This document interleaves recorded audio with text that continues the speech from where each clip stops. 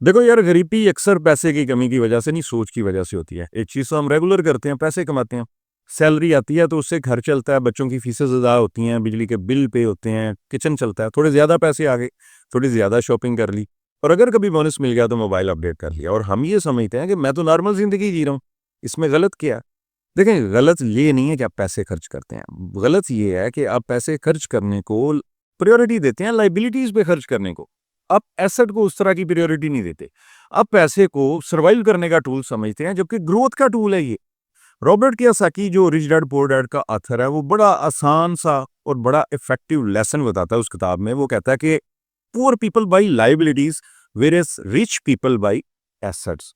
Assets और liabilities मैं कई दफा बता चुका हूं। एसेट्स वो होते हैं जो आपको पैसा दे, और लायबिलिटीज वो होती हैं जो आपसे पैसा है। इस किताब में जो रिच डैड है वो उसे सिखाता है कि पैसे को अपने लिए काम करवाना सीखो, वरना सारी जिंदगी पैसे के पीछे भागते रहोगे। ये मैं आपको समझाता हूँ।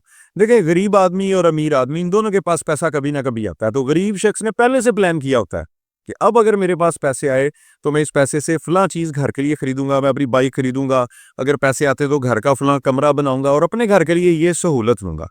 तो ये लाइबिलिटीज है। जबकि अमीर शख्स ने पहले से प्लान किया होता है कि अब अगर मेरे पास पैसे आए तो मैं कौन सा एसेट बाई करूंगा जहां से मुझे पैसे आएंगे जो मेरी लाइबिलिटीज को कवर करेंगे। मैं अपनी टीम पे पैसे खर्च करूंगा, मैं दुकान लूंगा, मैं एक ठेला लगाऊंगा और उस पर एक लड़के को खड़ा करूंगा जो मेरी जॉब के साथ साथ मुझे वहां से पैसे आते रहेंगे। मैं एक रिक्शा लेके रेंट पे दूंगा कि मैं अपनी जॉब करता रहूं, ये भी पैसे आते रहे और एक साइड से पैसिव इनकम भी आती रहे। तो ये सोच का फर्क है। मैं आपको बताता हूं कि हम लोग गलती कहां पे करते हैं। हमारा फार्मूला ये है कि earning minus liabilities is equal to saving, कि जो मैंने कमाया इसमें से मैंने खर्च किया, उसके बाद जो मुझे बचा वो मेरी सेविंग है। जबकि फार्मूला ये होना चाहिए, earning minus saving is equal to liability, यानी पे योरसेल्फ फर्स्ट। जो आपने कमाया उसमें सबसे पहले खुद को पे करे।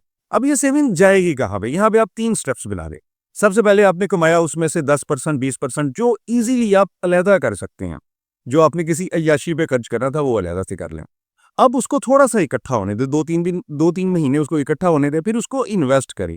और तब तक लायबिलिटीज़ से, तीसरा स्टेप ये है कि तब तक लायबिलिटीज़ से अवॉइड करें जब तक आपका वो एसेट लायबिलिटीज़ आपकी लायबिलिटीज़ को कवर करने के काबिल ना हो जाए। देखें, याद रखें, ये जो फाइनेंशियल फ्रीडम है ना, ये मैथ का कोई फार्मूला नहीं है, ये डिसिप्लिन की नेम है। अपना ख्याल रखिए।